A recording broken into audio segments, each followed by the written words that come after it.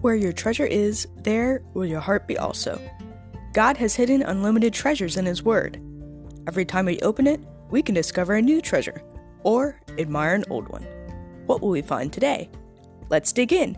Here's Carla Early with Treasure Hunt in the Word. This coming Sunday, we'll be honoring our mothers, whether it's our physical mother who carried us inside of her, or our adopted moms who physically and or spiritually helped us grow. So our series this week on the podcast will be celebrating mothers of the Bible. Here's your trivia question of the day. Who were Jochebed and Hannah's sons? Let me give you a hint. The two mothers I admire most in the Bible are Jochebed and Hannah because both of them gave up their sons at a very young age to some very ungodly people. Hannah did this voluntarily, but Jochebed didn't have much of a choice. Do you remember their sons? They turned out to be very godly men who God used greatly in the history of His people. We'll talk about Hannah tomorrow. Today we'll talk about Jochebed. Jochebed was the mother of Moses, a Levite woman who lived during a very difficult time in Israel's history. They were slaves in Egypt. No matter what Pharaoh did, he couldn't thin out the Hebrew population. Finally, he told his people to throw the newborn babies into the Nile River. Of course, no mother in her right mind would do that to her child. Jochebed surely didn't. She hid him for 3 months. Having had 2 children myself, I can imagine that would be harder and harder by the day.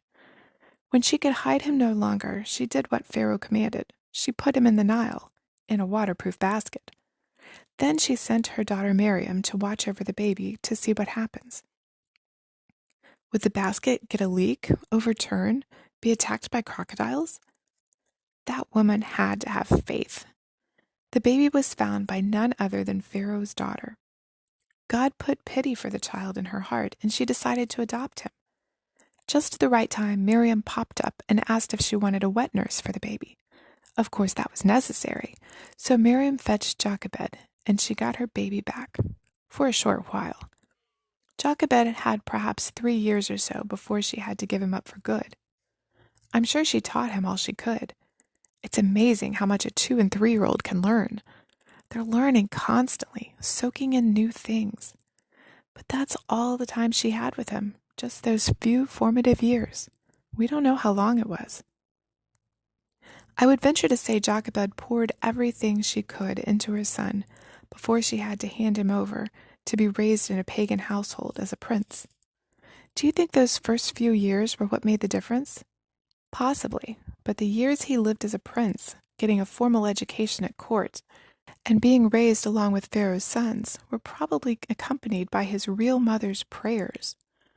Hebrews 11:23 says, "By faith Moses, when he was born, was hidden for 3 months by his parents, because they saw he was beautiful, and they were not afraid of the king's edict." You could probably add, by faith Jochebed gave her son to Pharaoh's daughter and prayed for him daily, because the next verse says, "By faith Moses, when he was grown, refused to be called the son of Pharaoh's daughter, choosing rather to be mistreated with the people of God than to enjoy the fleeting pleasures of sin." Jochebed had to give up her son. We have to give up those we love too, and give them into the loving care of our Heavenly Father, who loves them even more than we do. In a few weeks, I'm going to have to give up my children to go off and do summer jobs that the Lord has given them. Maybe you've had to give up your children or other loved ones for other reasons. But through prayer, you can still be involved in their lives, even if you're completely cut off from them otherwise.